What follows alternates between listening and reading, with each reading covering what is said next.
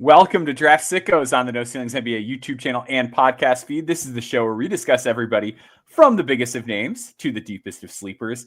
I'm your host, Maxwell Baumbach, and today, no Stephen Gillespie, but filling in his shoes is the man who brought me into the No Ceilings podcasting universe, the one and only Nathan Grubel. Nathan, how are you doing today? Dude, I was waiting for your call, man. I was waiting for your call to come on a show. I'm welcomed back with open arms, and I'm certainly happy to be here because listen, this is our time of year, man. This is what we do this for. For sure. And it's a very interesting time of year. We've got a lot of things that we're going to tie into sort of segment 2 and 3 of this podcast.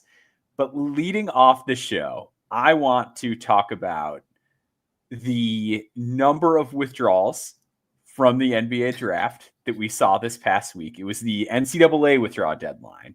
So you can still pull a Bobby Klintman. You could still withdraw and go play overseas if you'd like, if maybe things didn't pan out the way you wanted.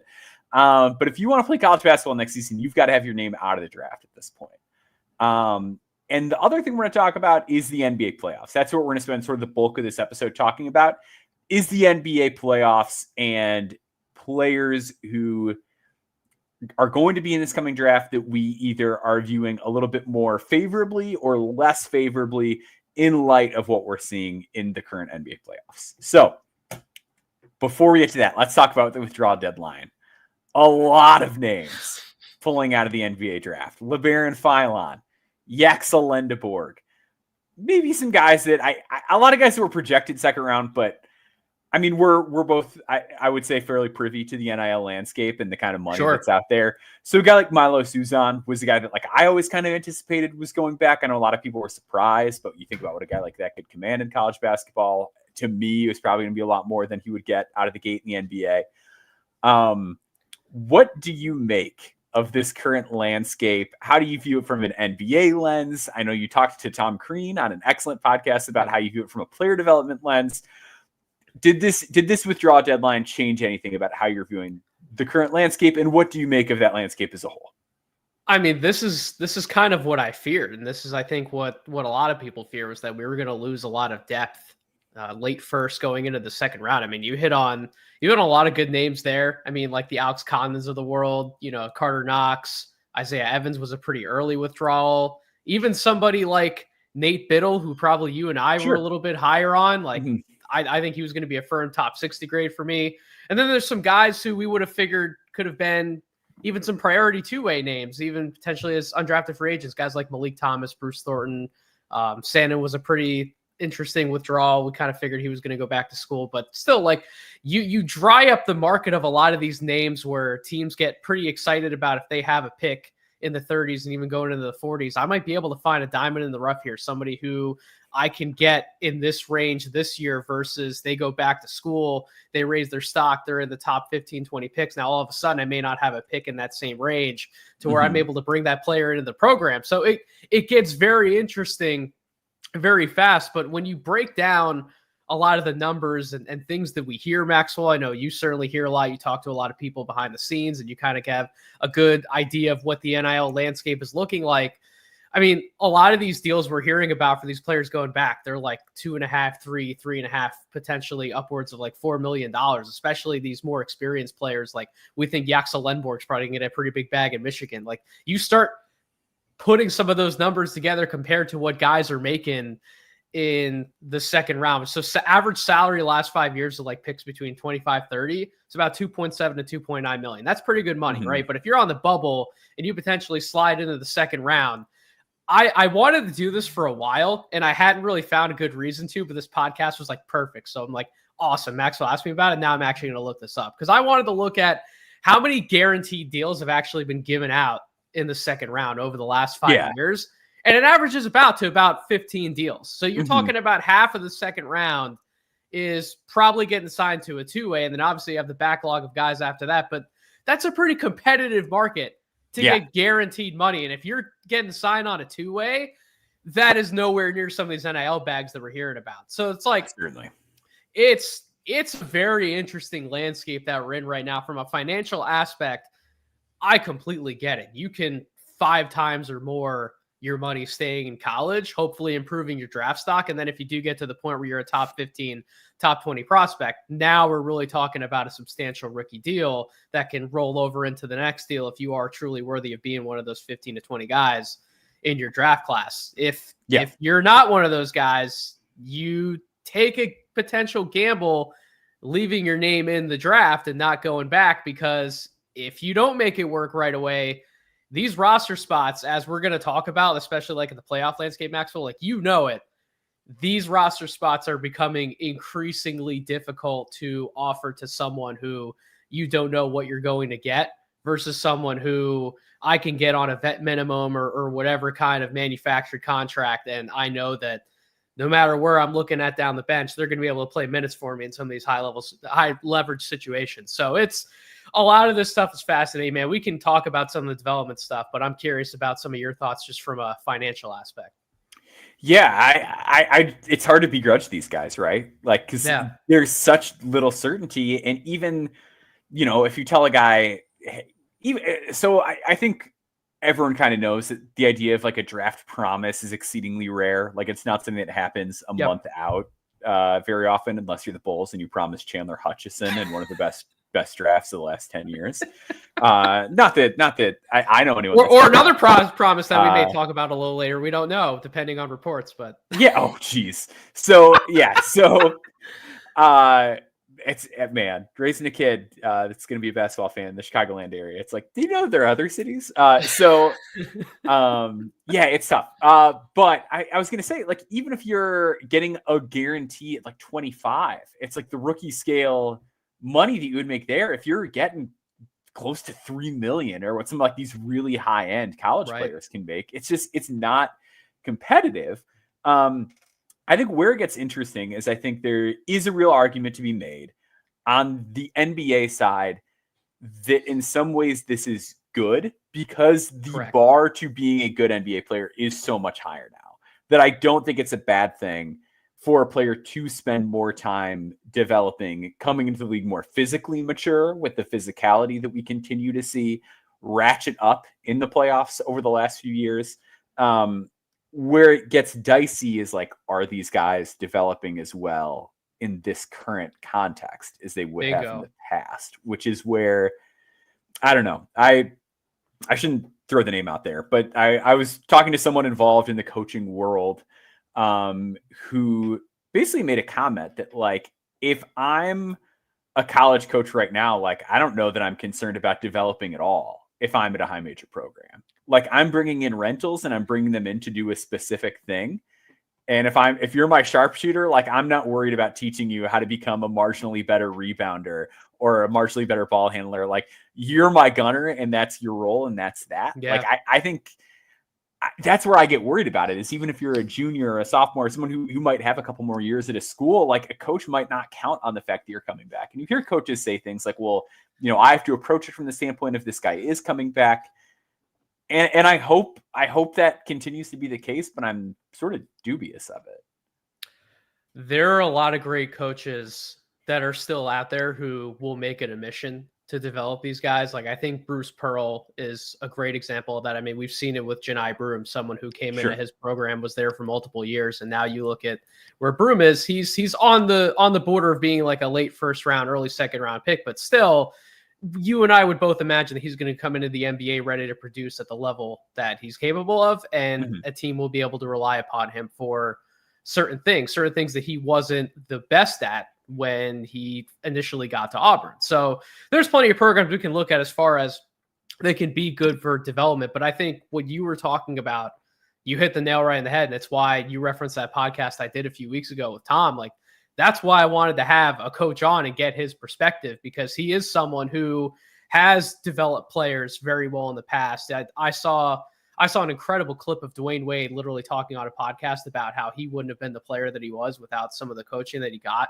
from Tom Crean very early on in his career, which I thought was awesome to see a clip like that. But if these guys are so focused on, from a player's perspective, right, who they're also likely working in tandem with an agent, who naturally the agent wants to find the best deal for the player because they want to put money in their pocket as well. Like, that's a reality.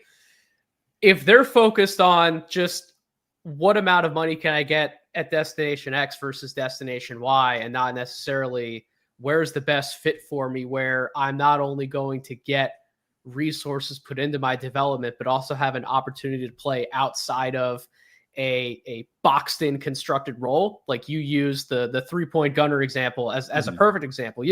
A lot of what we can talk about in the NBA today is that a lot of these guys that are quote unquote role players have done a lot more outside of what their current NBA role is to get to that point. They've had experience on the ball. They've had experience doing different things in secondary actions. A lot of these guys are not just players who are asked to sit in the corner and then try as hard as they can on the defensive side of the ball. They're coming in as the best or second best players on their college team, exposed to a lot more things. And so if they aren't getting those opportunities, and they're going somewhere where they're just focused on getting the biggest bag and they don't get better over these 2, 3, 4 years, does that necessarily help the NBA product? The argument you made early on was perfect, which is that NBA teams should want to look towards this as being a positive because you hope that they're coming in more ready to succeed in the league. But if they're not developing in college, we're only delaying the inevitable of a potentially lower draft pool each of these years. But then you get to that year where you're like, oh man, some of these guys I've been scouting for the last 2 or 3 years, man, these guys might be prime time top 20 picks coming in now. And all of a sudden it's like, yeah, you're still probably looking at him as like, I'd maybe give this guy a 2-way, or if I'll throw him an E10. Like if that's what we get, Maxwell, then what did we really accomplish at the end of the day? And that to me is my biggest fear about all of this. It's something you and I have talked about for months now. Yeah, and I think the 2-way thing is like funny to bring up too, because I tweeted this the other day, but I think like the real winners of this are guys that were on a 2-way last year and like we're not killers. Like guys that were on a 2-way and we're just like fine. And a lot of teams are going to be like, yeah, I might as well run it back with like let's re-up player X instead of like a guy who was 80th on my draft board until a week ago. Like I think that's going to be a reality. I think about like, I don't know, like I just like looking at my board, and I hate to be like a Debbie Downer on this draft class because we're going to talk about some guys that I think we're really excited about later. But I would say like even last year, like my 2 top 2-way grade players were Spencer Jones and Riley Minnick. So I think both did exceed. I think they both were great on their 2-ways this year and probably deserve a little something more next year. Personally, no, they were both good G League players, man. Absolutely. Yeah, and like I look at them and it's like these were guys that were 6'7", like little bit of dribble pass. Like Minnick was straight up like dribble pass shoot, big body, defensive playmaking. You know, some foot speed issues. Spencer Jones, it's like how much more can he do with the ball? But again, like really great shooting resume, fantastic defensive resume. And then like you look at them in comparison to the guys in this class that I had like ranked in that same range. And it's like, oh my God, like I would, if you were told me I could trade the 44th and 45th pick in this class to get those guys, I'd be rushing to get that done immediately. Like I think it's going to be tough. And I wonder if I'm fascinated to see how the second round plays out, because I think the 2-day format is going to make it such that teams who want a guy are going to have plenty of time to go get their guy. Yep. But I also personally view this as a weaker second round. So I'm still intrigued to see, like, are a lot of teams going to try to get out and then nobody's moving in? Or are teams still going to have like their preferred bet in that 30 through 60 range that they're like, we've got to get in and still get our guy? Like, I'm really intrigued to see if moves still get done on day 2. And if they do, like what they are. Cause I would be thrilled to be kind of moving out of this second round if things are chalky at this point. The reason why I think there is still going to be some movement on day 2 is because when you get into, I mean, your board can be different than my board, although usually when you and I are talking about the margins, we're generally thinking along a lot of the same lines. Mm-hmm. When you get out of this top, let's call it like top 50 guys, and you start moving into the late 50s, into the 60s and 70s, there's a lot of guards who I would probably give higher grades to than other positional categorizations after that. And we talk all the time about the positional value of guards and, you know, is it worth bringing in X player at this spot? Is it worth rostering this guy when you can potentially find, you know, a guard somewhere else, so you can bring somebody in during the season? Is it worthwhile to trade back into the second round or maybe move up some spots to try and get, you know, a forward or a center you have your eyes on? Like what a guy that we're not slated to talk about him today, but a guy you've talked about for a few months now, especially with the Portsmouth stuff, is Victor Locken. Like, would a team potentially move up to try and get somebody like him versus, oh, you have this player pool of guards, but like, do I want to use a draft pick on someone in the early 60s, whereas I could get, I don't know, maybe like an RJ Felton on like an undrafted, you bring him in on like an E10, maybe convert him to a two-way when the time is right. Like, that you don't even have to use any draft cap on. So like what are going to be the differences in some of these ranges between some of these positions where it might be a little guard heavy? This draft it's guard heavy in general, but what is some of that action going to look like? And that's why I think there could be some movement still on day 2. Yeah, I've got Victor Locken wildly high, by the way. So subscribe to No Ceilings Plus to see where I've got Victor Locken personally. He's I think my favorite. I'm gonna have to go look at your board now. Literally now that you said that, but he's I think he might be like my favorite value play in the second round this year. I'm not quite as into him as I was into Quentin Post a year ago, but I like Victor Locken quite a bit. Same idea, yeah. Similar-ish. Yeah, I think I feel better with like the foot speed stuff and worse about the shot, which was the big reason that I had Post in the guaranteed tier and not the two-way tier. With Locken, I think Locken is probably like kicking off the two-way tier for me. But that says, like, I just said he's wildly high on my board, and then I'm like two-way tier. So that tells you about where I'm valuing guys and where that range starts for me this year as opposed to last year. Well, we kind of just said it. I said it when I was talking about some of the contracts. Like, the two-way tier starts around like 45, because if only 15 of these guys are getting guaranteed deals, it's like, and I think there's fewer of them this year. So for me, it's like, is that starting at 35? You know what I mean? Like, is it starting at 33? Like, it's starting probably earlier than it normally would. So, well, we're trending earlier because a lot of these years have been like, we're even trending down. Like I think 2020, 2021 was like 17 guys. Now we're trending more towards like 13 guys. So, let's talk NBA playoffs real briefly. What would you say have been? I don't want to say trends, because I feel like trends makes it sound like an overreaction. What have been some of the themes that you've noticed in the playoffs over the past few years? I mean, obviously, like, the current playoffs are going to be relevant. They're going to come up throughout this episode.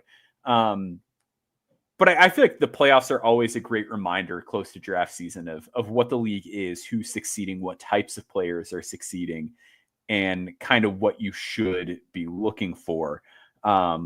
In terms of valuing in the draft, because I'm a big believer in value and trying to get things that, aren't easier to get later on than maybe they are on draft night when you've got sort of this captive player pool. What are the things that you've sort of seen that stand out to you the most?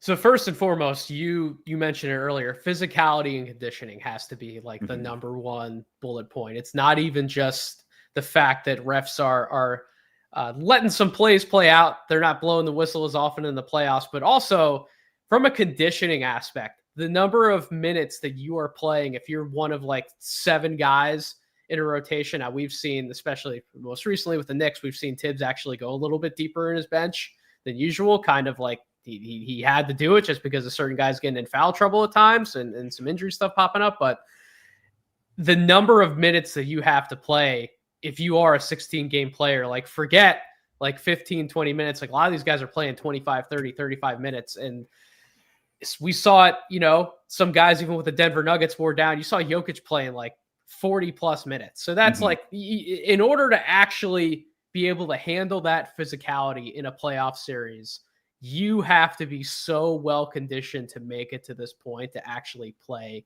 a meaningful role in the playoffs. So that certainly was one thing.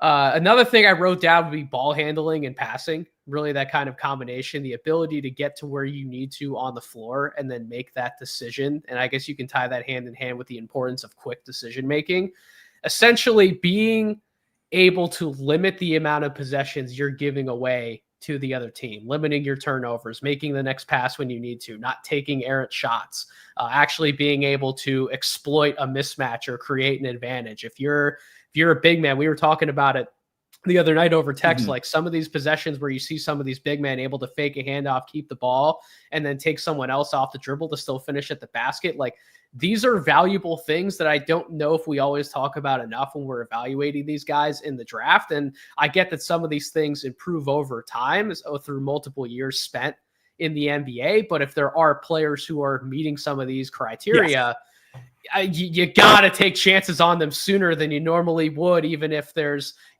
player that you think has this tremendous upside, but you don't know if they're going to fully put it all together after 3 years. Whereas this other guy has some latent skills that actually meet criteria that need to be met in the playoffs. And if they just improve on a few things marginally, what can that player actually look like for you? Should they deserve to be drafted higher? Shooting off the dribble has been another big thing for me offensively, not just being able to make spot up shots, but actually being able to, take a side dribble or step back into a shot or take 2 dribbles, pull up in the mid range. All of those skills, in my opinion, have really been heightened, especially with what we've been watching in the playoffs. What are some of the things you've been noticing? Yeah, you hit the nail on the head with a lot of those. To dovetail on the conditioning point, I think I would almost tie in motor with that. Yeah. Like if I know 100%, yeah. Because I think the amount of ground that needs to be covered defensively and the importance of moving off the ball offensively, and not just like motion for motion's sake, but like truly knowing when to cut. Like it drives me crazy when there's a prospect that can't shoot and you're like, what are they going to do on the court? And people are like, cut. And it's like, well, maybe not. Like maybe they won't just do, like, you're just kind of throwing that out there because this guy can't shoot. Right. But just like the timing and understanding and ability to make that read and that determination. I think relocation plays a role into that too, especially for guys that are set to be more off-ball players. And I would just say the continued like 5-out-ification of the game and the idea of like needing to do things that are less commonly associated with your position. Being able to make reads on the glass as a guard, as a big man, being able to put it on the deck in those handoff situations, like you mentioned, maybe being able to turn the corner on a guy. That used to be more of a novelty. Now that's something that, like, I don't want to say has to be in the bag, but like go through the list of bigs playing in the conference finals, and I think you would find that most of them can do that. Far more can than can't. So yeah, I think those are the things that are sticking out to me. Definitely. I love the call out about tying a lot of the motor stuff and awareness and decision making really all together. It's all of these things we could talk about that you might view as quote unquote on the margins, all of a sudden become heightened in the playoffs when everyone is expected to contribute essentially in every facet of the game. You don't see a lot of quote unquote specialists that are playing in a lot of these high leverage situations anymore in the playoffs. I would agree with that 100% too. And I think some of the guys that we'll get into, sort of the narrower the role, the more concerned I get with you. Like if I've not seen a guy be able to thrive in a variety of different contexts, I worry about that too. So we're going to take a quick break. We're going to get into it, kicking it off with wings. So stick with us. We'll be right back on the other side of the break.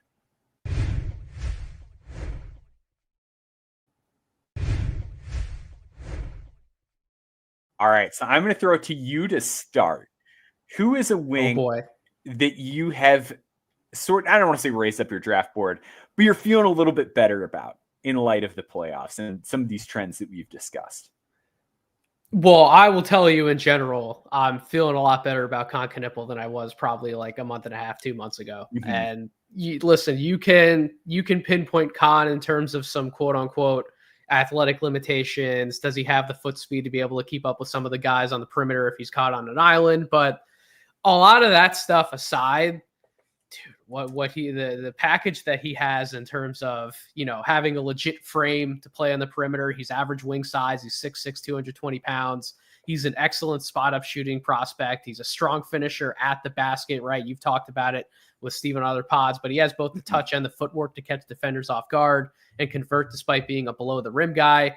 The big thing that stands out to me that I didn't take into account enough, even when I saw him in person against Illinois at the Garden, and I was complaining about some of his defensive stuff to you, but because he is so strong, he can absorb and hand out punishment in ways that some of these other guys are not physically ready to do right now coming into the draft. Like if he gets bumped going to the basket, he can absorb that contact. He can still finish at the rim. When somebody catches him on a drive, his reaction time, his quickness in terms of actually knowing where he needs to be, where he needs to slide his feet is a lot better than some of these other prospects that we can talk about. And when he is able to get there and cut off that driver, they're bouncing off of him. They're not always able to go through him. And I think that's so important defensively nowadays, especially with what we're seeing in the playoffs. We did literally just watch a game last night where it's like guys like OG Anunoby and Josh Hart are out there guarding on the perimeter, and they may lose some matchups, but there's plenty of other times where they're able to cut off a driver and there's just somebody not able to go through them. And so they have to pass back out, or maybe they're caught in some of that physicality and they're passing into a turnover, and that's a fast break layup or transition bucket for the Knicks. So those types of things I think I underrated with Khan. And then when you throw in, like I said, his shooting, his ability to handle the basketball, make reads on the move, his passing touch, all of those things to me scream complementary player that can thrive in a number of different situations on an NBA floor. To me, I mentioned like some of the athletic limitations you can talk about, some of the quote unquote defensive concerns. To me, the biggest weakness in his game right now that I actually feel good about him becoming better at is his 3-point shot off the dribble. He was not good at it in college, didn't really take a lot of those shots, add volume. And I literally just got done talking about that was one of the things I've noticed in the playoffs is being able to take and make those shots off the dribble. But I fully buy that that is an aspect of his game where he's going to improve. He is a really good shot maker off the dribble inside the arc. He can take the contact, still rise up, shoot over the defender. So I'm really buying so much into Con Knipple. I don't know where he's going to land on my final board, but if he landed at like the 3 spot for me, I wouldn't be shocked right now. I've really fallen in love with where his game's at. Yeah, I've just kind of slowly bitten more on Khan throughout the year. I preseason was so skeptical of any of this working, and boy oh boy was I wrong. I also think a lot of this ties into what I talked about earlier with the ability to kind of scale up and down and roll. Where if you tell me that the secondary playmaking stuff doesn't all the way click with Khan, there's still elements of his game that we've seen from Max Strus or a bulkier version of Ty Jerome, where it's those are still guys that are getting it done and playing real playoff minutes, and that's stuff that Khan can still do. That is still an option for him. There are outs in his game if the very best things that you don't like about Con Knipple end up coming around. But at the same time, that ball screen manipulation, I really kind of like his first step against a closeout. If it's a standstill setting and he's going to try and dust a guy, that's not going to happen. But I think he does a good job of using his first step and his defender's momentum against him. The same way a guy like Vince Williams did in college. He was never the most athletic dude, but just had that instinct of I know when to take that step. I know to get low with it. I know how to take it and what angle I'm going to drive at to maximize that opportunity. I think Khan got better at that stuff as the season went on too. Totally. You saw early on in games, he was very much, I'm catching the ball. I want to go right up with this because that's my role. I'm here to space the floor. I'm here to shoot the ball. But as the season went along, absolutely, he got much better at, fake it, using a ball fake and waiting for that defender to fly by. And then he was able to get a step, attack that closeout. And he has the strength to finish at the basket. If somebody else comes over to help, he can go through a guy's chest and finish at the basket. He's not afraid, or he can, come to a stop, use some of his footwork, especially his 2-foot footwork in the lane, fake, and then still go up and score at the rim. So he just, to me, has a very, very underrated offensive package in some aspects where I think, yes, he has a go-to strength of I'm a shooter, I'm a legit shooter. But there is more to his game to where you can start thinking about if this guy gets, caught in these certain spots in the playoffs, what might it actually look like? And I think that Khan has, like you said, more avenues to be a contributor than not. And I would say the biggest case for optimism is how well he managed to pressure the rim this year. Unassisted as a guy who is sort of thought of as a shooting specialist. You look at your Isaiah Joes, Gary Trents, Duncan Robinsons, even a Desmond Bain type, Khan got to the rim so much more than those guys in college. And it's just a testament to his craft and understanding of the game. I'm going to go sort of opposite direction, but a similar idea, I guess, with Cedric Coward, who is a guy that I don't think has sort of that on-ball scalability that Khan does, where with Coward, I think Coward, a lot of people have been talking about the handle of Cedric Coward. So Cedric Coward is sort of this late riser out of Washington State, started his career at Willamette, which was a D3, blows up there, goes to Eastern Washington, has 2 good seasons there, transfers to Washington State to follow his coaching staff. Injury shortened season, doesn't get to show a whole lot, but is now rising. He's got these great physical tools. He shot around 39% from 3 on good volume over the last 2 years. Good assist to turnover ratios, flies around the floor on defense. I will say, so with Coward, a lot of the big knock on him is his handle. I don't think it's the handle is like he can't dribble the ball so much as I think it's an issue with reading help and rotating defenses. Sure. Like I think when he's like dribbling, like he has dribble moves to get to a shot if he's like isolated or operating out of a pick and roll and he just needs to get to his shot. It's when he's sort of attacking the basket that comes and goes.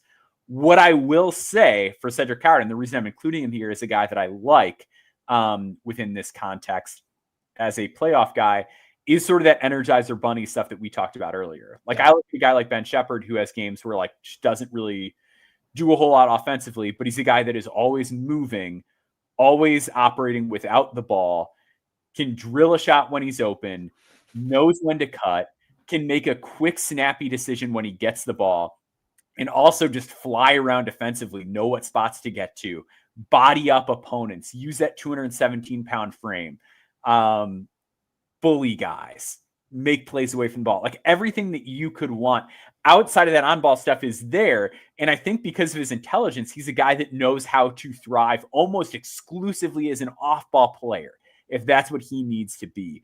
But I think that cardio, that tenacity, and just the feel and the value of his skills is a guy who you know can drill shots, get off the ball quickly, and match up with a number of players on the defensive end. I really like even the lower end stuff with him. He's getting all these gaudy comparisons because the big wingspan. But like, if Cedric Coward isn't Kawhi Leonard, it's fine. Like, this is a guy that you were going to be able to plug and play pretty easily because of the shot, because of the motor, and just the understanding of the game. That I think is the thing with Coward, where you hear him all of a sudden climbing up into like the lottery range of mock drafts, and everyone's like, this is so crazy. Where the hell did he come from? It's like, first of all, there are a number of scouts across the NBA who have known about this guy for a number of years, so he's not exactly a quote-unquote secret prospect. He does have a late bloomer trajectory, both physically and in terms of experience playing at higher levels. But I think with Coward, we've seen enough on tape to where the shooting is a legitimate strength of his, like you were talking about. Like, even going back to high school, he's been money from the 3-point line, he's been money from the free throw line. Like, this is a shot that is going to translate at the next level. And then he's also has some times where he is underrated in terms of making that next read and hitting ahead on a pass or making a quick read in the half court. He does have good passing chops to him, to where I'm not concerned about the ball sticking in his hands and him not knowing what to do with it. Yeah, sure, there might be some situations where he's caught and he might not be able to break somebody down, and maybe that leads to a poor jumper taken late in a shot clock or like whatever. Like, those things happen to everyone, to be honest with you. But in terms of Coward being physically ready for the NBA, having that strength to fall back on, and then you and I do think that he reads the floor and sees the game well for a player at his position and the type of role he's going to have. Yeah, I can totally see why a team wants to buy into that, because if he is the Eastern Washington / 6 games of Washington State version of himself, to where he's just that efficient in his role, especially given the tools that he has, he's going to be a top 8, top 9 rotation player in the NBA, even if some of that other secret sauce doesn't come together, which, if you talk to him, I guess he would tell you it is going to come together, man. Yeah. The interview he did with KOC where he got angry, he's like, don't talk about my handle, man. Like, I'm working on it. Like, that. Yeah. That was funny. But like, he's also self-aware too. Like, he knows what he needs to improve at. And he totally seems to me like the type of guy where you give him a year, give him 2 years, he's going to make some of those improvements. And if he does, and more of that stuff does come together, is he a top 3 player potentially on a team offensively? Like, is that some of the stuff we're talking about with him? Like, that realm, that universe exists. And that's why, if the right team wants to take him, late lottery, where they have the correct developmental construct for him, they don't need him to do every single little thing out of the gate, but they have a plan in place for him, I think it makes a lot of sense. Yeah. And I want to be clear to you in the chat. Some people have been like, don't compare him to Kawhi. That was like not me earnestly comparing. Oh yeah, that was more me saying like people are getting really excited because of the measurables, and I'm saying more just look at the baseline of skills here and think about the value that they present. So conversely, let's talk about some guys that we're a little learier of. Sure. And I'll go first. I'll lead off the negativity. I'm not going to make you as a guest just dump on a guy. I'm worried about Will Riley, and I've been worried about Will Riley for a while. This is just not a guy I've ever fully seen the vision with throughout the course of the season. So Will Riley, 6'7" wing out of Illinois, seems like he's probably going 10 to 20. It looks like as far as where he tends to be projected a lot of the times. I think this is a troublesome mix of a guy not having a ready-made skill while also being physically behind the curve. Yep. I worried about the defense a lot before. He's got a disastrous steal rate and a super low block rate as well. Very, very much struggles off the ball defensively. On the ball, it has moments where he uses his length well, but even that, a guy that gets bullied a lot, that's going to take some time to come around. But in the meantime, I don't know that he has a way to compensate for that off the ball because he's not particularly engaged. He's not particularly quick getting to spots. Not the most natural leaper around the basket. Doesn't really put in a lot of effort on the glass. He shot the ball well at lower levels. And I guess that's the idea is are you just this guy that is going to come in and be a flamethrower? And even if he is, it's well, then I don't know, all the physicality stuff we talked about where it's bodying up defensively, bumping guys, preventing them from getting where they want. And then on the other end of the floor, playing through that contact, getting to your spots, managing to make things happen. I just don't know that any of that is there anytime soon. I don't want to slam the door shut on him because he's a really skilled player for somebody who's around 6'8", can make some really quick skips, can really create for himself on the ball, created out exceptionally well on ISOs this year, which I talked about when I wrote about him. Really cool skill package for a guy his size. I just think the defensive proposition paired with the lack of physicality with Will Riley is extremely concerning to me.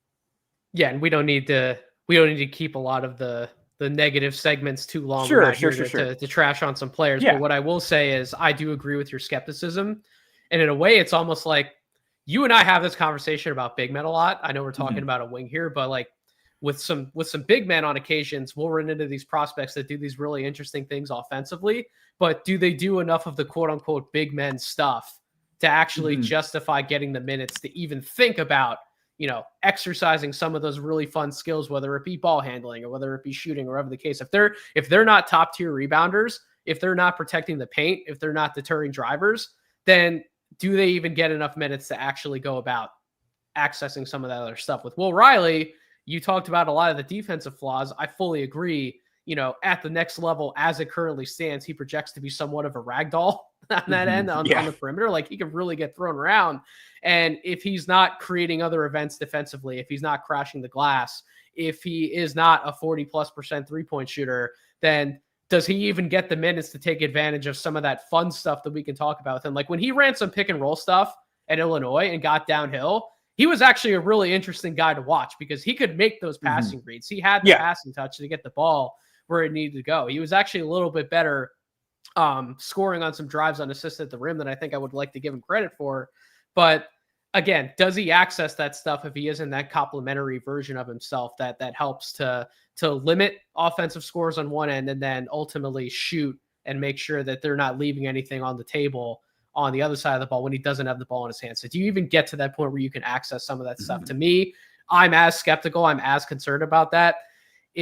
Listen, you and I were very high on one Jet Howard coming out of the draft a few years ago. We talked about this. But I was higher on Jet Howard then than I am on Will Riley now. And if it didn't work for Jet Howard with a lot of the same red flags, what does that mean for Will Riley? And so I'm fully with you on the skepticism boat. For sure. Who is the guy that you were a little bit skeptical about?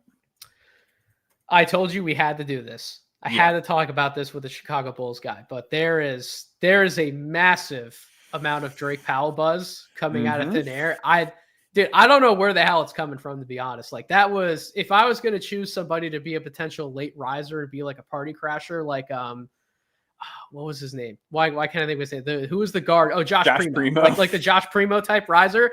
I didn't expect it to be Drake Powell, but like here we are. Like I get a lot of the selling pitch, right? Like he is an athletic wing who can stand out as a perimeter defender. He has all the tools to, right? He has the length, he has the hands, he has the mobility, the bend, the instincts. Like I understand the package defensively. And when I got to saw him in person, as well as some games I saw him North Carolina on tape, he did impress me on that side of the ball. Like I don't want to get that twisted. Like he could go into the NBA and match up with a lot of guys at the 1 and 2, tomorrow defensively. Sure. Yeah. So I'm not underselling him on that front, but the offensive skill package is so raw in terms of actually putting the ball on the deck, navigating ball screens, making decisions off the dribble.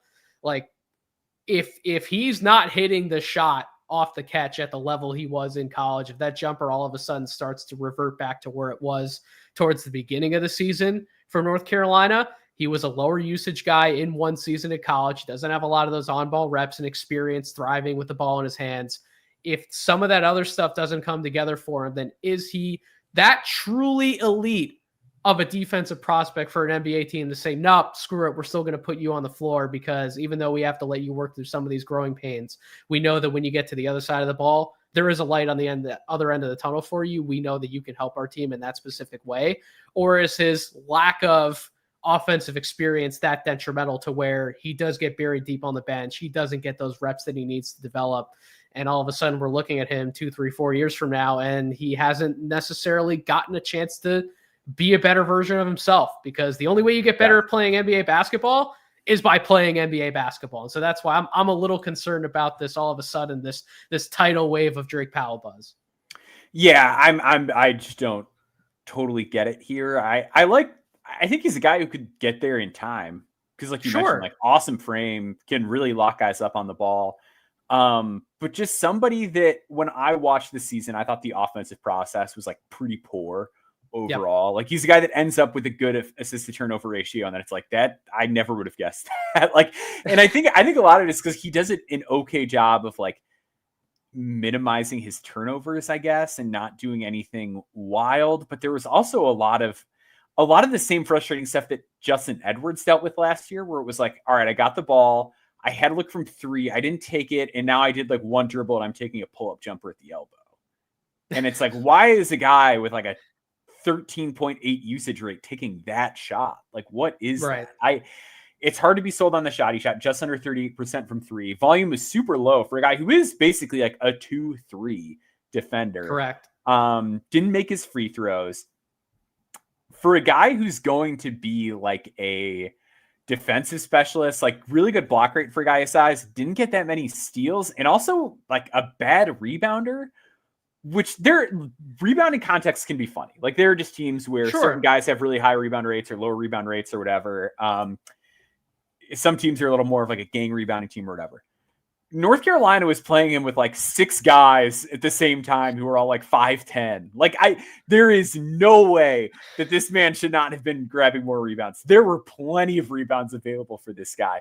That like a lot of people are bringing up like Edu Tierra in the chat. It's like, yeah, if I'm like going for this idea where it's like wing shot isn't great, but can like really do some nasty stuff on defense, get out and run, and like hopefully they shoot. Like I would be so much more drawn to Tierra, who I think like pretty decisively can't shoot. But even the idea of the Tierra that can't shoot, I think is more interesting to me than the idea of Drake Powell, who was like an okay low volume shooter. But because Tierra is going to like get effort in defense, you can short roll him. He's 6'8" instead of 6'5". Yeah. Like there are all these just like big discrepancies between the two that it's like I have a really hard time getting to the idea. Like I just don't think Drake Powell's like great at anything. And I think there's a chance he's a total 0 on offense. The best version of Tierra too is that when it's clicking for him, he is getting to the rim at will. Like people can't stay in front of him, and he has real ball handling chops once he gets that step on the defense. And we haven't seen that from Drake Powell. Now, I do like, before we move to another player, I do like really quickly that you brought up the positional context, because he was playing at the beginning of the year in lineups where he was basically the 4-man next to one other player on the floor who maybe was bigger than 6'9". Like that stuff matters. And so if he's playing with 3 other guards who are all better at handling the ball than he is, He's not going to get a lot of those reps by default. So there is a degree of uncertainty in terms of we may not know all of what he could handle. And you mentioned that with Justin Edwards, that definitely hurt his case. And then he ends up getting to the pro level. He did a lot of work over the summer, got his bones in the G League, played time with the 76ers. And all of a sudden he's like, they're counting on him to probably be a top 9 rotation guy next year. So like there's a little bit of, we don't know, but is it a bet that like Justin Edwards was an undrafted player? Yeah. And if there's buzz of Powell going inside the top 20, like, are we really sure that that's the type of swing a team should be taking at the end of the day? That's why we're a tad concerned. Yeah. I think that's where we're at. Let's do our guards. I wanted to talk about 2 guards that are both low free throw rate guards, because I think there's still some like athleticism and physicality concerns that I have on my guards. The guy I'm a little bit more into is Cam Jones, who I think tracks a little bit with like the Cav guards that I talked about earlier. Mike Conley is like such a different player that I don't want to be like, there's some Mike Conley here. But I think like within the context of the role of like being a guy who sets the table occasionally and then you're off the ball more, like role wise, I think that's what we're looking at a little bit. His ability to just like relocate and pick his spots while feasting off of his teammates is something that we saw him find so much success with early on in his college career, that while he really struggled to shoot the ball this year, I think his gigantic increase in on-ball usage and ability to put the ball on the deck for a prolonged period of time, weave in and out of traffic, make good reads, make good decisions, take on some of that playmaking load. And I mean, a lot of it, but in the NBA context, it's not going to be nearly as much as he had to do at Marquette. Sure. And also having that sort of positional understanding defensively and knowing where to be. Like I'd kind of sunk on Cam Jones quite a bit. And then as I went into my data and I went back into the film, I was like, you know what? I think this guy just knows how to play off of other guys really well.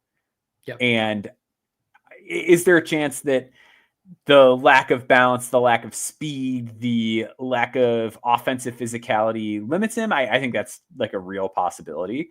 But I also just see a guy who like knows how to take care of the ball, shot really well, has an array of touch finishes, knows how to finish around great rim protectors inside. Mm-hmm.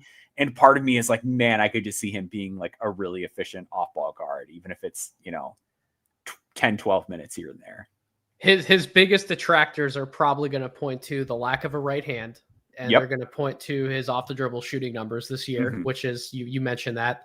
What I would say is go back his previous years in college, and he was actually a really good shooter off the dribble. So I'm not necessarily going to throw a 1-year sample and then throw that entire aspect of his game out with the bathwater. I'm not going to do that. I wrote a piece for No Ceilings. I'm in the middle of a series for No Ceilings right now. If you're going on the website, NoCeilingsNBA.com, it's called So You Think You Can Be an NBA Role Player. And the whole point of me writing this series, position by position, was to examine who are some of the guys that we view in the NBA as quote unquote role players. And that's a loose definition. There are starters who are playing 30 plus minutes who you could also categorize as a role player. But I was really focused on like 6 men, some of the first guys coming off of a bench for an NBA team. What did they look like in college? What was their burden, their usage, their load looking like in college? And then how have they been able to translate and play to their strengths? And what can that look like for some NBA draft prospects for this class? And Cam Jones was one of my favorite guards that I've written about, because you look at a lot of these guys in the NBA before they got to college, they were dominant usage, high rate usage guys. They were dominant, like sky high assist rate guys. Like they are trustworthy playmakers. They are low turnover rate guys. They're guys who can get to the basket and finish at a high level. They are guys who can make open jump shots. They are guys who can create different events on defense. They have quick hands. They can force steals. They can get their teammates out in transition. Cam Jones has all of these aspects to his game. You can have some concerns about him, but at the end of the day, I think a lot of what he does, especially the reps that he got as like this high leverage playmaker in college this year, it gives him an opportunity to A, understand what that role looks like, and B, further enhance, as you were talking about, what he can do away from the ball, because he's seen it so much from the other side. If he's making the pass to somebody else and now he's on the opposite end of that pass, He knows the timing that he needs to utilize to cut, to move, to relocate, to do all those different things because he's been on the other side. I buy the spot up jump shot off of a catch and shoot. I buy his ability to get downhill, finish around the basket. I buy his ability to find guys out of the pick and roll. He, to me, is one of those value plays in the third as you're picking like early second round, where you're the salary structure. You're talking about like a little around $2 million. You're able to get that guy in, and all of a sudden he's outperforming his contract in a big way during his rookie year. That to me is an example of what that guy could look like from the guard spot. Yeah, and then the other guard, like I said, I kind of wanted to pair mine together, and then we'll get to both of yours. Sure. The guard I've sort of become more skeptical about in that same sense is like this off-ball player is Tyrese Proctor, where I feel like with Proctor, yes, he really knows how to shoot without the ball. Yeah, he's like really comfortable off the ball. But he is also just such a perimeter player offensively. Like he's never going to the rim. He's going to struggle as a finisher. A lot of the off-ball like offense projection is going to be the same, but like I just don't trust him to cut. Like we talked about earlier, like he wants to be away from the basket. The physicality, guys are going to get through him defensively. Like he's one of those guys where I feel like his reputation as a defender is like pretty good, and then I watch him, I'm like, yeah, like this is technically fine. But I just think when it's the next level, guys are going to have a much easier time. They're going to go through dealing with the challenges that he's going to present. Like I think it works. It's defense that looks good on the college tape and is technically proficient at that level. But when it gets to the NBA and it's just bigger, stronger, faster dudes, I think it's going to be an issue. I think there's a chance that maybe just like the shooting is so good, and like when he does have the ball in his hands a little bit more, it does look really pretty, like it had in the past at Duke. But I'm just sort of like unmoved by how not physical his game is. And even like Cam doesn't draw fouls, but I've seen Cam Jones like play through contact and like back guys down and like use his body in ways to get to spots that I just haven't seen Proctor do it. So if we're talking like guards who are primarily off the ball, don't draw a lot of fouls, and are going to derive most of their value as a shooter, I'm a little more drawn to Cam Jones out of the two. So when I was coming up with that piece that I just mentioned, Proctor was one of the guys I had in my head who I'm excited to see like, oh man, you know what? I think Tyrese Proctor might be like a real sleeper inside the top 45. I bet he might compare to some of these guys actually pretty well. He didn't. He honestly really didn't. And I think a lot of it comes back to the physicality elements you laid out really well for him, but also as a ball handler in pick and roll situations, a big reason why he had to move off of the ball was because that's what he came into Duke doing. And he wasn't very good at it. His timing was off in certain instances. He couldn't make some of the passes. He was a little bit sloppy as a ball handler. So he has experience in that type of role, but do you actually feel good about him doing any of that at the NBA level, let alone at the college level? Like probably not. So if this guy is almost exclusively an off-ball shooter, he has to really be a bang-up shooter. Like we're talking 40+% from three-point range in every aspect. We're talking off the move, off the catch, relocating, taking shots off the dribble. Like that's the type of real deal shooter that he has to be. If he is, he has a chance to make it. If he's not, and some of those other aspects fail for him, like to me, I'm actually really glad you brought up that physicality aspect, because that's the difference between somebody like him and Quentin Grimes. And I think that's been like, or even like Landry Shamet, honestly. Like that was the other guy where I was like, well, Shamet is probably like as close to what that role looks like, where they did similar things in college. And like even then, like Shamet like drew free throws. Shamet was way better in pick and roll in college. Much more, and like just had more responsibility as a playmaker. Like he just had to do more on those Wichita State teams, which were really fun, by the way. I like those teams. But shout out to Ron Baker. Or no, was that post Ron? He was there with Ron Baker and after. He was right. Yep. Okay. And that was Clay Anthony early. Yeah, that was those days. Those were some fun Wichita State days. But yeah, you start piecing some of that stuff together, and I don't know, the case kind of just falls apart for him fairly quickly. Like I think given how this draft is going to play out, Max, like I think I'd probably still take him inside the top 45, but I wouldn't feel as good about it. And he probably wouldn't be one of the first guys I'm racing in to be like, we got to get this guy on a guaranteed contract. Like we have to pay him, whatever it is up front. Like I would much rather take him somewhere in the 40s, see if I can get him on a two-way, and hopefully he would prove himself to get onto a guaranteed deal. But yeah, I'm much more in that camp versus where I might have been a month ago, which is, oh man, like this guy in the 30s who might be a sleeper. Yeah. Who's the guard that you're really liking, and then who's the guard that you're having some concerns with?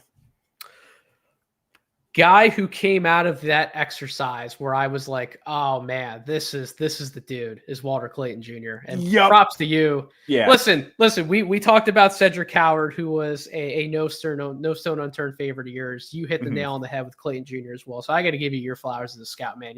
No stone unturned. I would assume that anyone who's watching this podcast has read your work, but if they haven't, go back and read some of those pieces and see where these guys are at now, because Maxwell freaking nailed their evaluations years ago. We're looking at potential 5 first-round picks, and there's my fair share of whiffs in there. Don't look up Michael Bell stats at VCU this year. We're not talking about that. But when I'm right, I'm right. But Walter was a real deal guy that was a choice of yours coming out of Iona, transferred to Florida. And the way that he developed as an on-ball guy at Florida this year compared to where he was in years past, like he was primarily an off-ball shooter. And if that's going to be your sales pitch as a 6'2" guard, you better be one hell of a nasty defender, on top of you better be finishing well above your marks, like in areas at the rim, off shots off the dribble. But like Clayton quite literally does have as much of the full package as I could look for in a point guard, especially now that he got to do it at higher volume at Florida. And he quite literally led that team through winning situations. He helped Florida win a national championship this year. But like going back to high school, this guy was a winner. He was a 2-sport athlete. He was racking up awards when he was at Iona. He's now racked up awards at Florida. Like this guy is a through and through winning type of guard, and the exact type of player that I would peg as this guy's going to have a career as a role player in the NBA for like 10 plus years, because he can hit shots at nearly any angle you need him to. He's a capable playmaker. He is that type of pesky backcourt defender. He moves well. He can get through screens, quick hands, knows where to be in rotations and on help coverage. He does the little things to help his team win. He rebounds. He fights for loose balls. He works to create steals. Like honestly, Maxwell, there really aren't too many holes to his game that I can nitpick to where it's like, I know he's a little older now, but sure. And I know that guards his size aren't necessarily like all the rage in terms of I'm jumping at the pit to take you as a lottery pick. But like, I swear, if there was the right spot, even in the late lottery, like into like the mid first round, if there's the right spot for him sitting there, San Antonio wouldn't be the destination now because they're probably going to take Dylan Harper at 2. But like if they were the team that maybe got the number 1 pick, or they were taking like another forward, and you had the chance at 14 to get a guy like Clayton to play off of Victor Wembanyama, or you're the Orlando Magic sitting there at 16 and you're quite literally deprived of shooting in every which way or form, and you can bring in a guy like a Clayton, like I would think long and hard about it, man, because I do think there's a real chance that at the end of the day, we look back and this guy's one of the 15 best players in the draft class. Yeah, I think I'm right there with you. I mean, I think like the shooting is like still almost underrated somehow. Like I feel like everyone's seen the highlights of the shots that he makes, but like a career almost 88% free throw shooter in college is not something you see very often. Super high volume, taking every kind of shot in the book that you could want. And what always drew me to him is some of the defensive stuff like you talked about, where defensively, were there times this year where he's a little narrow in his stance and he gets beat off the dribble, or he's a little too heavy on his feet, or he's not as engaged as he should be? It's like, yeah, but like those are the kind of things that I feel like we see be issues in guys that end up figuring it out. And it's typically a result of I'm carrying this massive offensive usage role. And my team just kind of knows that on this end of the floor, there are going to be times where I'm not necessarily taking plays off, but if I get beat, I get beat. And that's that. And we've seen him at lower levels make defensive plays at an unbelievable clip when he had another guard to play off of more consistently. When he was next to Dennis Jenkins at Iona, or even Zion Poland, like we saw that he could get after it with more defensive activity.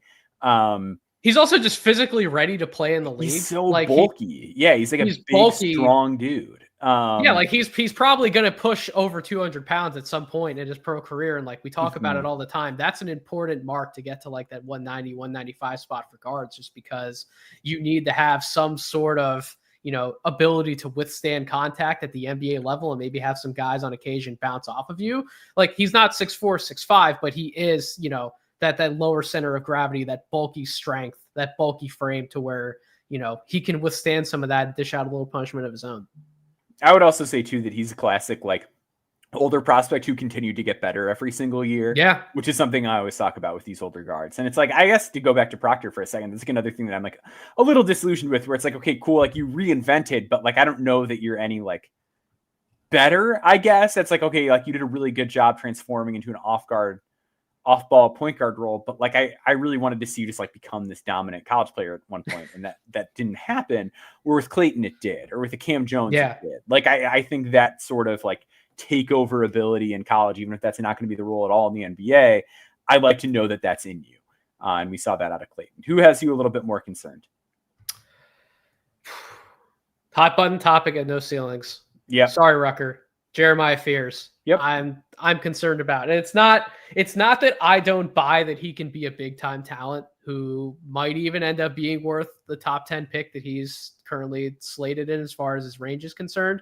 Like, he is an athletic guard who can generate paint touches as well. He has the type of body control, the hang time, the flexibility. He can score from different angles at the basket. He did struggle at times actually finding those driving lanes to get to the rim and finishing over length in the lane. But I do ultimately buy that at the end of the day, that's probably going to be a strength for him, especially as he continues to fill out, get stronger, and he can make some of that contact happen at the basket and finish through some of it. But the two things that I highlighted, especially for guards, but we touched on them in terms of what we've seen in playoff basketball, would be decision-making and shooting in all aspects.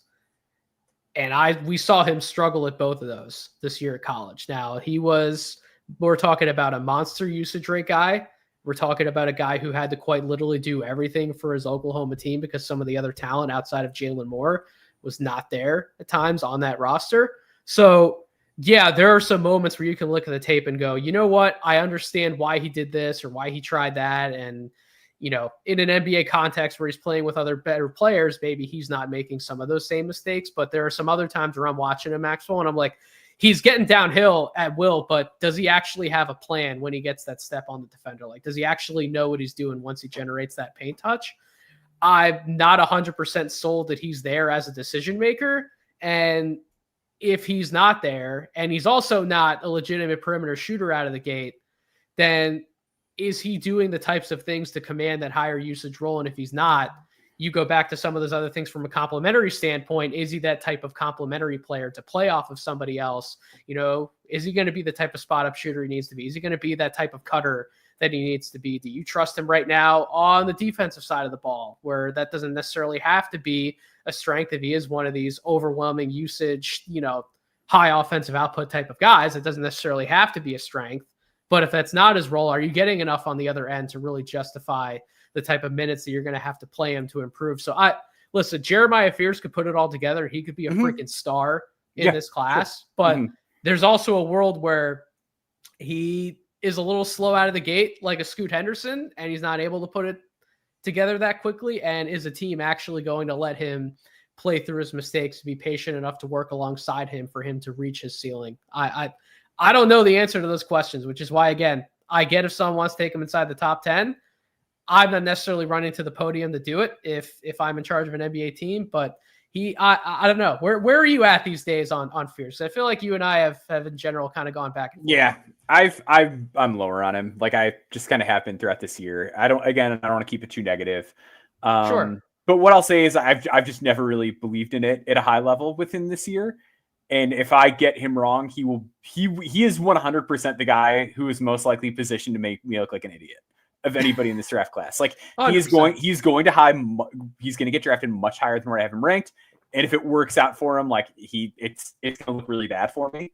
No way around it. But I personally just, I love the handle. I love his ability to get to his spots. I think the defense is really rough. And I think there's like no room for error as a shooter. Like, I think the shot like has to be real. And I think generally the guys, even with him being younger, that have the deficiencies that he has, typically were better athletes than him that managed to like click and get over that hump. And that's just where I'm just like, you know what, if he fell to me, I'd be okay with it, but I'm not reaching. So we talk all the time about how important it is to, number one, acknowledge our wrongs and our misses, but number two, learn from them. Let's say that did happen where he goes way higher than you and I probably would have him on our boards, and he does make it work. to a degree to where we both could look like fools. What would be the thing that you would project to be like, oh man, you know what? I saw this. I should probably learn from this and maybe consider this a little more in the future. Like, what do you think that would be for him? Because I'm not sure if there's anything obvious to me off the top of my head. I would say probably continuing to place more weight on usage, but particularly as it relates to like a young guard, like a super young guard in college that still manages to like score a lot of points and get a lot of assists. Like as remedial as that sounds, like it's not easy for a guard. Like think about how many reclass guards were terrible. Like look at Elliot Cadeau's freshman season and look at what Jeremiah Fears did. Like those are two very different seasons that we're talking about. So I think it would just be a lesson that like if we see some guy reclass and they're really put under a lot of heavy scrutiny, like within their offensive system early, and they manage to just like be good, then like you take that bet every time. I would say. And for what it's worth with and also I would also throw in just like the importance of being able to get to your spots with your handle. Like I would probably continue to put more weight into that. For what it's worth with Fears, he did improve on some of this stuff by the end of the year to the point where that game in the tournament, we thought that he might be leading Oklahoma on like a Cinderella run. Like he looked like time to be like that type of guy that we were going to be talking about for weeks. So yeah, that ceiling's there for him. It's will he take advantage of it? For sure. We're going to take a quick break. We're going to wrap up on some big men and call it a day, so stick with us.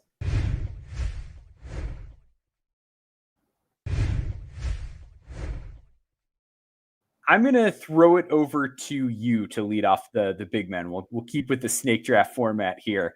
Who's a big man that you're feeling pretty good about and a big man that you're starting to, I don't know, say fade on, but like you're just you got some hangups. So guy I'm feeling pretty good about, medicals aside, because we don't know the condition of his foot in terms of the injury he suffered this season, but Thomas Sorber out of Georgetown is a guy that as I'm watching the playoffs more, I do feel a lot better about where he stands as far as potential to get drafted inside the top 20, right? He is there in terms of his size, his physical tools, his measurements were excellent at the combine. He measured, what was it, like a 7'6" wingspan or something? Yeah, 7'6". Something ridiculous, right? Yeah. So his wingspan's there, hand length is there. The rebounding and defensive playmaking numbers check out well for a player his age. Again, he's still going to be 19 years old when he gets drafted. He has the ability to score in the low post, finish off rolls and dives to the basket and cuts. His ball handling ability is potentially a little bit underrated. I feel like he is one of those guys that can project to, keep a handoff or fake a handoff and actually take another big man or another mismatch off the dribble, back them down, finish around the basket, score through them, which to me is also really intriguing when you throw in some of the passing flashes that he showed at Georgetown as well. Like he can whip it with one hand, man, when he gets the chance to. So you throw in some of that upside. Again, he adds value on the glass, on defense, and as a finisher. I get that there's no semblance of a jumper right now. So when he is away from the basket, he kind of needs that ball handling ability to get to where he needs to on the floor to take better advantage of his physicality and scoring around the basket. But if he can even extend his range out to like the free throw line, he doesn't have to be like a 3-point shooter. He can just get it to like the free throw line to where he's able to face guys up and rise up for a jump shot. Like all of a sudden, man, he blossoms into an incredibly intriguing two-way presence because of, especially, like I said, everything that he did on the defensive side of the ball. Like we've talked about before, but like in box scores, like when you're going back and looking at this guy, like the number of games I would just look on like a Saturday afternoon and be like, oh, Sorber had 5 stocks today. Oh, Sorber, 6 stocks, 7 stocks. Like what he can do on defense as a playmaker is so intriguing to me. It's almost his comp. I've said it to you guys before, but it's almost like, what if Jahlil Okafor figured out how to play defense? And that to me could be like a ridiculous ceiling type of comp for him, to where it'd be really hard if all the medical stuff checks out, man, and all the background stuff checks out. It'd be really hard for me to pass on someone like that inside the top 20. For sure. Yeah, I'm really intrigued. I love my passing big men. As everybody listening to this podcast knows, if you're a big that can sling the ball, like I'm probably going to have you too high on my board. Sorber is one of those guys, man, an excellent wingspan, always knows where to be defensively. Where I'm like scared with Sorber is because I'm going to have him high. Where I get nervous is the medical stuff with the foot issue, like you discussed, and then also just like the inefficiency against good teams, where he's one of those guys where he's not quite a lob target, but Georgetown also runs this funky flex offense that is like so unlike anything you'll see in the NBA that it's like, But I will say, I feel like of the bigs that took threes and didn't make them, I feel the best about his shot. I think mechanically it looks really good. I'd have to pull up the numbers. I feel like he was okay on like non-rim twos. I could be completely wrong on that. I feel like maybe I just saw one game where he hit like a catch and shoot two, and I was like, there we go. Yeah, he's only 3 for 10 on twos. But can you also correct me if I'm wrong? That wasn't he one of these guys as well who had to like somebody reported that he lost like 10 or 15 pounds coming into the season to get down to like 250 or 260 or like whatever he was. Like, yeah, he lost a lot of weight, and that is an actual valid concern though. Yes. with really anybody at the NBA level, you talk to scouts behind the scenes, like they'll bring that up. Like if we have to motivate you to stay in shape, like that sometimes can be a red flag to us, and that could be a reason why maybe there are a few teams where he's not on their draft boards because of something like that. We do have to bring that up too.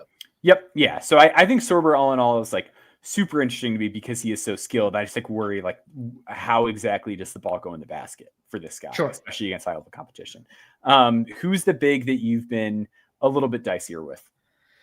So there's been almost not as quite the same tidal wave as the Drake Powell one that we talked about, but there's been a Yannick Conan Niederhauser tidal wave explosion on draft Twitter. Like guy who I didn't even know if he was inside my top 80 before we got to the April part of the year. And now all of a sudden there's some smart people on social who are like, this guy's got a late first round grade for me. And I'm like, holy hell, like where did this come from? Is this the byproduct of everything we talked about to start the pod? Like the draft pool thinning out.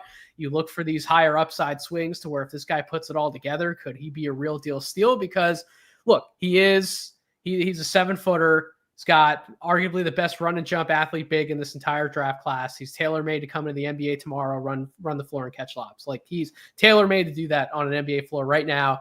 The shot blocking ability, given his length, his verticality, but not just how high he can get, but also just the pop off the floor. So fast. Yeah. So quick off the floor, even on like a second jump. He's one of those guys where you're like, oh man, this guy's like a legitimate real deal vertical athlete. But despite those clear positives that are in his favor in terms of above the rim finishing and shot blocking, he is not a physically imposing dude to go up against other bigs right now or box anyone out in the glass or finish through contact. So like how physical of a player is he actually going to be at the NBA level? I have questions about how good of a screen setter he is at the top of the floor. So you put all that stuff together. He's a high foul rate big. Can he actually stay on the floor in some of these higher leverage moments to where we're looking at him and he's recouping some of that value that people might think he have right now? So that's I'm a little more concerned about Niederhauser. So I will say I was like real high on him coming out of the combine, as a lot of people were. And then like I did a second dive on him and I was just like, oh, I was hoping I'd like that a little bit more. Like because he's so big and so athletic that I do think that like, he's just going to continue. He's going to have a foot in the door forever. Sure. But Jackson Hayes is going to have a foot in the door for forever. I was just going to bring up Jackson Hayes. It's like you look at why the Jackson Hayes experience was so frustrating at times, and it's like there is not a single flaw there that is not present with Yannick. And that's concerning. Like Yannick, a late bloomer, but again, coming to the league older than Hayes did. And like just not quite as good of a finisher as like you feel like he should be. And I think a lot of it is like what you mentioned with the strength stuff. Like he's a little easy to get position on and keep him away from the basket. His touch isn't very good. Like he's gonna make the easy stuff look so easy, but it's just like it's not that. That's it. Like so, it's a little tricky in there. So like back when his range was quote unquote more reasonable for my liking. Like you're telling me the Lakers get a hold of him at like 55. Oh, great! He's playing with Luka and Austin Reeves tomorrow. Like great, fantastic. But if he's not playing with one of those type of lob throwers from the guard spot, like what does his game look like? Like I'm not sure. Yeah, exactly. For my big, I'm growing on. It's actually going to be Danny Wolf, who I have a full column about tomorrow. NoCeilingsNBA.com. I'm not going to like totally let the cat out of the bag on every single thing I like about Danny Wolf here, but I think just with the advent of double big, skilled big, I don't know that we've seen a big do more with the ball than Danny Wolf. And it's not always good. Like the turnovers are a real concern. And we talked earlier about like the importance of winning that turnover battle. And the turnovers are a little bit of everything too. but I'll just kind of run through my big points. A dramatic upward trajectory. A guy who was, good at Yale last year, really got his body together, played an extremely rare role as a lead pick and roll ball handler at 7 feet tall in shoes. One of the knocks I've heard on Danny Wolf is like he didn't have a lot of dunks. His rim numbers weren't that good. 65% of his looks in the half court were unassisted. That's ridiculous for a big. He was driving to the rim more than any other big in this class. Like Derek Queen was like 7% or 8% behind him, and nobody else is really there. So if you look at where do bigs generally get dunks, specifically in the half court, it's because they roll to the basket. It's because they're in the dunker spot. Danny Wolf was hardly ever in the dunker spot, and rolled to the basket 13 times this season. So, like, yeah, of course the rim numbers aren't going to be great. Of course the dunk numbers aren't going to be super high. Is it a concern? Totally. But when you look into some of the red flags, I feel a little bit better about it. The other thing with Wolf is the shot. He was not a great free throw shooter this year. I went through every three he took this year. Other than like Wembanyama, I don't know a big that I've seen take these kind of threes.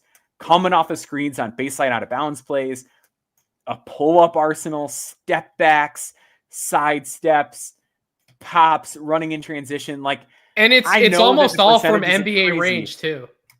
Yeah, I know the percentage isn't ridiculous, but the volume and efficiency for a young big is good coming into the league. They are objectively good numbers from three, but the versatility of the shot is exceedingly rare.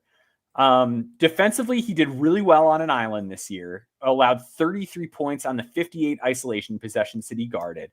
Foot speed is an issue. Bounce is an issue. There are real problems here. Again, the turnovers. But I ultimately just come back to bigs are being asked to do more with the ball than ever before. And while it wasn't all pretty, I don't know that I've seen a big man do more with the ball in a pre-draft season than Danny Wolf did this year.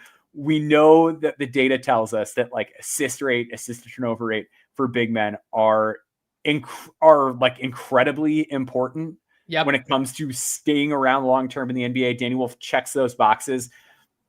I just look at guys like Julius Randle, and I'm like, and Randle obviously coming into the league was a much better athlete. He had the whole thing with his leg early on in his career, blah, blah, blah.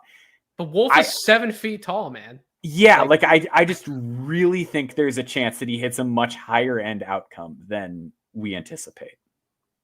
And I think, and Brian K says, I think he's destined to be an average backup big, but I wouldn't pick him top 20. You absolutely draft an average backup big top 20 in this class, I think.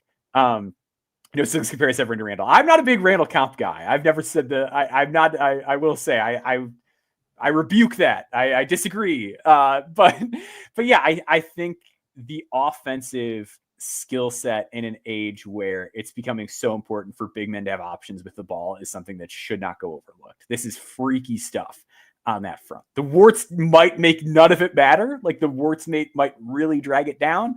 But I was really impressed when I went back into the tape. If Danny Wolf puts it all together, he's easily a top 10 player in this class when we look back. Like pretty easily. That's how high some of the highs can go. You highlighted one of Dirty Dancer's comments. By the way, shout out to everyone who's watching us live in the chat right now. But Dirty Dancer said, I need a DNA test to make sure Danny Wolf wasn't cloned for Troy Murphy. That's a top 5 comment I think I've ever seen on a live podcast. So shout out to you, Dirty Dancer, for that one. Yeah, I like that you talked about the variety of shots that he took from the perimeter. They're also like deep threes, man. So it's one thing when we're trying to evaluate a player who we think could be a stretch big, but every single time we watch an attempt, like his toe might be on the line, like he's that close to the 3-point line. Or it takes like 45 minutes to get it off. Like I like Kalkbrenner, but that's the thing with Kalkbrenner, right? Is that it's like the threes he's going to hit are going to be the ones that are like absolutely left for him to take. And correct. I think it's good. I think by it's the good way, that Kalkbrenner can do that. Yeah, that's fine because he's 7'2". So if it takes him a while to get that puppy off, like he's not like 6'9" trying to take those shots with that shot speed. But yeah, everything that Danny Wolf does, yeah, it's like we know he's a legitimate NBA range 3-point shooter when they're going in. And so you combined the fact that he actually has to bring defenses out to him so where he can take advantage of all the ball handling stuff. Like if another big has come out to him at the 3-point line, he can take a lot of those guys off the dribble tomorrow. And I understand if defenses pack the paint and they play to that strength of his, they can turn some of those possessions into turnovers like we talked about. But just the value in having someone who, I guess the age-old argument against him is going to be, if Danny Wolf isn't the same player at Michigan as he would be in the NBA, do you still want to take that guy like inside the top 20? Is he as interesting? Yeah. The counter to that is it still worth having that guy come off your bench with his skill to be able to weaponize against the team and in a myriad of different ways, even if he's not like a 30-minute, whatever the usage rate has to be, like he's heavily involved in the offense. Like I would still probably say that answer is yes, in terms of he's probably that useful type of player. So like if some of the stuff doesn't come together for him, like I understand it, but in terms of guys who you might want to take a swing on, like he's so interesting, man. I agree with you. And I would just want to push back on this comment as well, because I've seen this from this is from Brian in the chat. And like when we're responding to stuff in the chat, this is more to keep the conversation going. This is not me being like ungrateful or thinking that anyone's not as intelligent as me, the perfect evaluator who really loved Michael Bell coming to VCU. Like it's not that. Brian K says average backup bigs are more replaceable than other positions, in my opinion, especially when they aren't great defenders. I would push back on that. I think in the era that we're in now, where big men have to be able to do more, I just don't think there are a lot of those guys. I think if you look at a team like the Lakers, it's the prime example of it just was not easy for them to acquire a big man at the deadline. If it was like they could have managed to work something out. And it wasn't. And even a guy like Nick Richards, like commanding anything in a trade, like I just think it's trickier to get big men that you can actually like have do something in an above average level, like at all. And I think that's one of the things that has me really excited about this draft class in particular, is I think that we have a chance to really replenish some of the big man depth in the league, because when it was a lot of just like run, jump, dunk the ball, like big men for a long time, those guys hung on for a long time. Like DeAndre Jordan is like still in the league. And I think a lot of that is like, if a big man can do a little something different or have a degree of offensive skill, as too big becomes more prominent, you're going to want to have more big men off your bench that can come in and really offer something. And when you look around the playoffs at the number of teams where backup big man was just a real problem on their roster, and I just mentioned Denver, like that's a thing. Like the depth of backup centers is quite poor. So I think if you can get one that you really believe in, you should jump on it. And I think the even better way we can phrase that answer, the retort to that comment, would be, you may be able to trade for or sign a lower level rim running big off of the free agent market and find value there. You're not easily finding someone with Danny Wolf skills. Like you're not trading for that guy. If that guy hits, no team is giving him up in a trade unless you're giving him some real stuff back. So that's why that type of player in that archetype, you have to draft those guys at this point. So if you have a chance and you have a situation where he can actually get the playing time to flesh out some of those skills, you need to think long and hard about taking that player. It's a skill set rarity thing. Because if we're talking about like a skilled big that struggles on defense, it's like, all right, well, how many of them were like their team's leading pick and roll operator whose team was substantially better with him on the floor is the other thing too. Like the on-off numbers are wild. He was a guy who's also better against better teams. Like he had like an 11.3 BPM in games against top 50 competition. Like I just think it gets harder and harder to find bigs who can really do anything.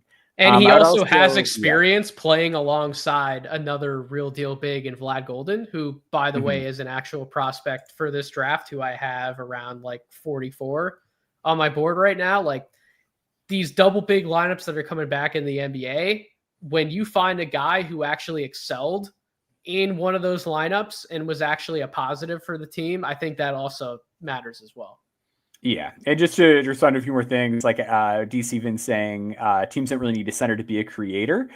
I don't think you necessarily need to be a creator either. And I don't think Danny Wolf is going to be an offensive engine at the next level. But I think NBA offenses are requiring centers to do more with the ball.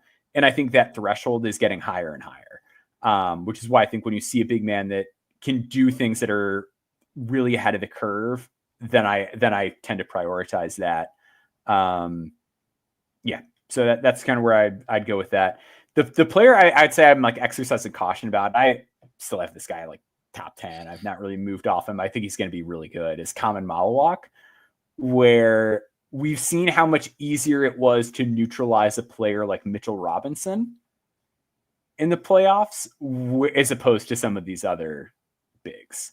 I think Common is still just enormous and an elite offensive rebounder who will like not miss and like has a chance to hit the occasional three. So like I'm not dropping Common Malawak by any stretch, but I am a little bit more concerned about like speed off the floor, playmaking, things like that, considering just how many skilled bigs we see proliferating playoff rosters at this point.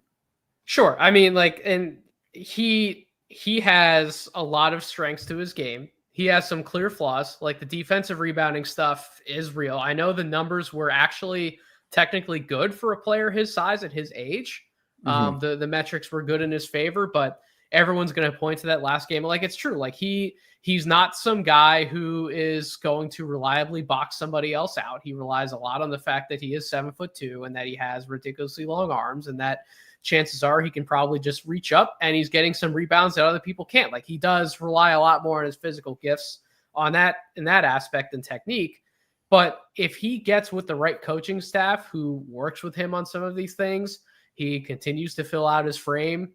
He puts more of the jump shot together in terms of being, I don't want Malawak taking like 6 or 7 threes a game, but if he can take like 1 or 2 or 3 a game and reliably hit them, on top of the fact that he is that rim runner, he has pretty crazy touch on some of his putbacks or around the basket. You know, you start piecing all of these things together at his size, he very quickly becomes a reliable player that you want to take inside the top 10, because again, how easily are you trading for someone like a Malawak at the end? And it's also a case too of like, this might just be low hanging fruit. Like some of this might just be like, oh, we taught him how to box out and now he's a monster on the defensive glass too. And like, by all accounts, he is like a really high character, high work ethic kid. Sure. So I do just wonder if like, he's going to be a guy where like the little stuff that we sweat now ends up just being like, oh man, we should have just realized he was just going to do that.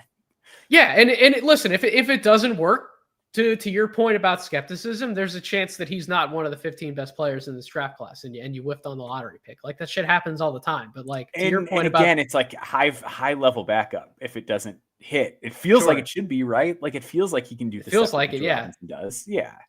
And the I guess the aspect of his game that I was most impressed about when I saw him live was the fact that as often as he did, Duke asked him to play primarily in like a show and recover scheme in pick and roll coverage, and he can actually like do it. Like, he's not, I get that his feet might be a little slow in terms of trying to keep up with and contain a guard like on an island, but when he's playing in pick and roll coverage, like, he's actually able to recover pretty well. And his length, again, at 7'2", like, he just can change some possessions in ways that other guys can't. So like, the defensive side of the ball was definitely, on top of just some of the putbacks I've seen him get off offensive rebounds, like, those are the biggest highlights of his game for me. But yeah, man, like, he has low hanging fruit. He can provide value in other areas, and all of a sudden he strings together a pretty interesting case for a player who, like, shoot, man, you and I follow the 76ers very closely. Like, if Daryl Morey came away at the end of the day and was like, I can't find another player like Malawak, and I just, screw it, I want to take this guy at 3. Like, there's some people who would say he's freaking nuts, but I would look at it as, I don't blame him, because I see exactly how this could turn out. And if it does, you know, it's not just Embiid insurance. It's like, all of a sudden now you get 48 minutes of 7 foot plus, like competent 7 foot plus. And that matters in playoff context. For sure. Yeah. I think he's going to be good. Like, I would just say I like slightly lower on the higher end stuff, which I have never totally bought, but I still have him really high because like all the positives that we're talking about. Sure. So we're going to wrap it up right there. Nathan, where can people find you on social media? What have you got in the pipeline? Can always follow me on social media, Twitter @DraftDeeper. Can certainly find all of my work here on NoCeilingsNBA.com. We have 2 more pieces coming out. Solo pieces before the end of the year. I'm going to be finishing up my So You Think You Can Be an NBA Role Player series. We're going to hit the forwards this upcoming week, and then we're going to hit the centers again as we get closer to the draft. So that's primarily what I'm working on now. But if you haven't read my pieces on the guards and the wings, go back and do so on NoCeilingsNBA.com, because trust me, it's fascinating content. It's stuff that we don't always think about in terms of drafting in the teens or the 20s or the 30s. And there's some real opportunities to find some excellent role players, and maybe just change the way in general you think about who a role player is. What have they overcome before they even got to the NBA, and what could it mean for this draft class? So definitely go back and read some of that stuff. For sure. Yeah, definitely recommend that series. I've got the Danny Wolf piece coming out tomorrow. We've got a lot of stuff in the works. Draft guide will be out soon, so stay tuned to No Ceilings NBA on social media for the draft guide. Team has been putting in ridiculous hours. I've not had to be a part of that process outside of like writing stuff for the draft guide. So shout out to the guys on the squad that have like not slept for the last week. We really appreciate it on our end. We hope all you guys enjoy it when it comes out. Yeah, that'll be it. So follow Nathan at Draft Deeper, follow me at Boundboards, and we will see you all next week. Have a good one.